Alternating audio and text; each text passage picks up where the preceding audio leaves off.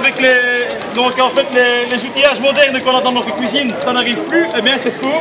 Ça arrive régulièrement et c'est même un des premiers vecteurs d'incendie dans une cuisine. Donc c'est en fait la friteuse. D'accord? Donc,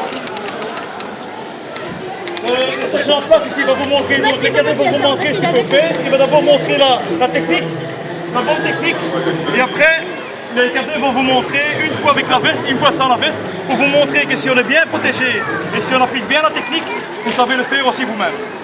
Alors la première chose à faire, c'est que quoi qu'il arrive, que ce soit électrique ou au gaz, la première chose c'est couper la source de courant ou la source de gaz. On éteint, on coupe si on peut, sans risque pour soi. Donc maintenant, cette huile ou cette graisse éventuellement, qui est en fait dans le chaudron, est suffisamment chaude pour se rallumer spontanément. Ça veut dire qu'on ne peut pas prendre de risques. Donc quand on va la couvrir, il faut être sûr qu'après on puisse maîtriser. Donc ce qu'il faut faire, ce sera on remettra le couvercle dessus. Et on évitera de toucher après. Surtout, quand on a éteint, on ne manipule pas du tout soit l'appareil, soit éventuellement le chaudron d'huile. On ne touche pas. Donc le sergent en place va vous montrer comment est-ce qu'on fait. Donc, chez vous, vous pouvez avoir une casserole qui est avec des aliments. Pas forcément de l'huile. Ce qui va se passer, tant que cette casserole brûle comme cela, vous savez gérer la situation.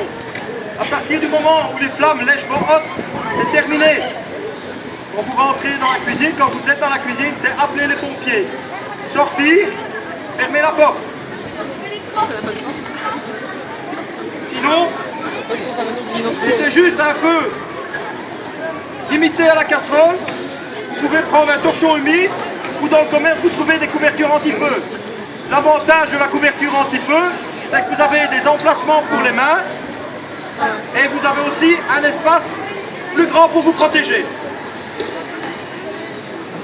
Avec un simple torchon, positionnez les pouces en avant sur le torchon, cassez les poignets et pivotez. Vous protégez. Ce qui est important, c'est qu'à partir du moment où vous avez des flammes de ce type dans votre appartement, dans votre maison, il y a aussi de la fumée. Et vous allez être incommodé par les fumées. Au niveau de la visibilité, au niveau des voies respiratoires. Donc ce qui est important, c'est de s'abaisser légèrement pour ne pas être exposé aussi au rayonnement. Être bien stable sur ces jambes et y aller doucement, pas de précipitation.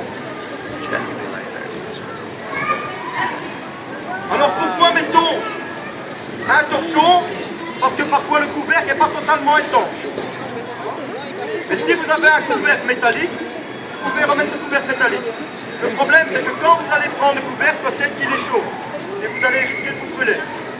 Le torchon, l'avantage, c'est que l'humidité rend étanche totalement ce torchon. Une fois que c'est fait, appelez les secours, appelez les pompiers pour vérification de votre extinction. Si j'enlève le torchon, ça repart, il y a une réoxygénation.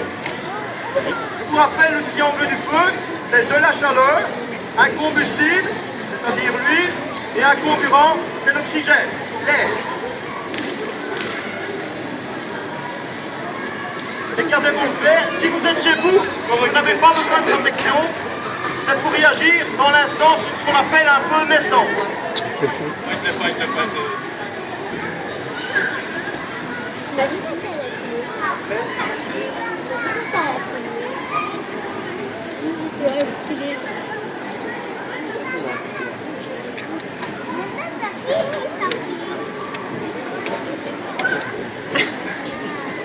T'inquiète. Donc ce qui est important, c'est de faire la manœuvre avec un torchon humide et non pas mouillé. S'il est mouillé, il y a des gouttes qui tombent et c'est jamais bon. Avec l'huile, vous allez voir après qu'est-ce que ça fait.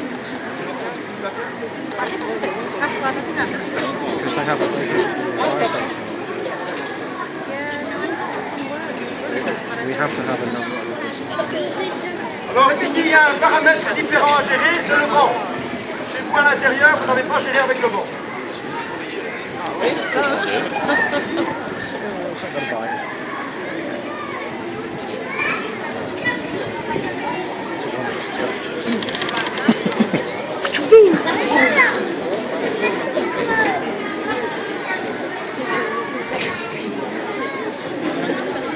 voulez passer devant ou est-ce que je suis grande alors Victor bouge le paysage là. Victor, c'est vrai. Alors, il faut toujours procéder délicatement. Pour quelle raison? Vous voyez ici que la casserole est entourée d'un support qui maintient cette casserole sur le bec, mais chez vous, la casserole est juste sur la gazinière. Et ce qui peut se passer, c'est que vous renversez la casserole et à ce moment-là, il y a une propagation.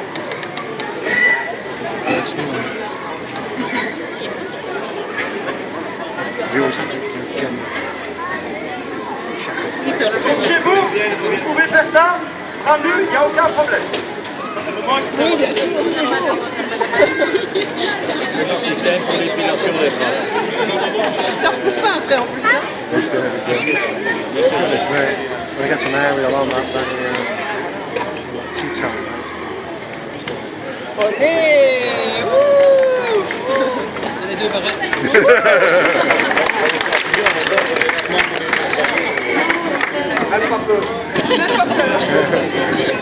Maintenant, on va vous montrer ce qu'il ne faut pas faire.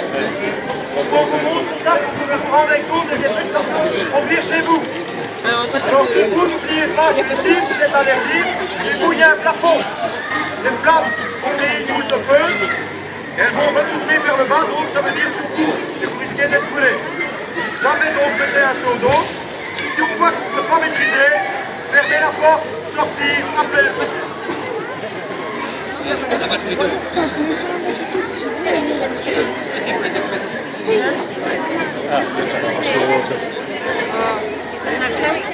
Alors, l'équivalent de ce récipient, c'est l'équivalent d'un verre d'eau. Donc, un verre de 20 centilitres.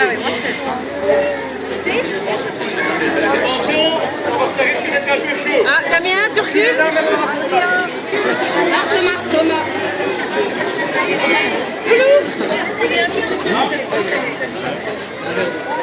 Viens là, Thomas. Je te porte. Et on va tous bronzer en même temps. Hein.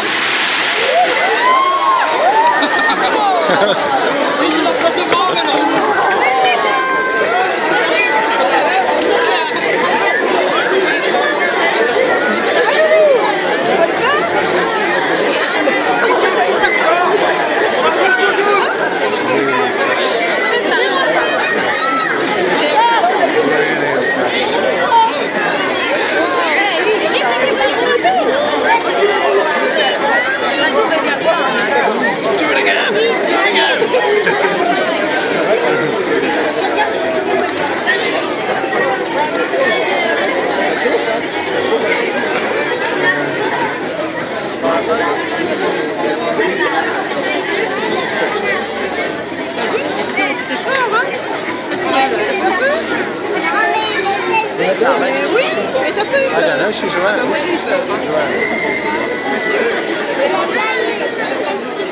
Ouais, j'ai cru qu'il allait venir sur moi. Ne touche pas, tu vas tomber partout. Oui, t'en as encore plein. Même des paillettes. Oui, même. It's a few reasons why Pete is bad for your health. This is one of them. They always do this because it was such a problem at the time. Nobody knew.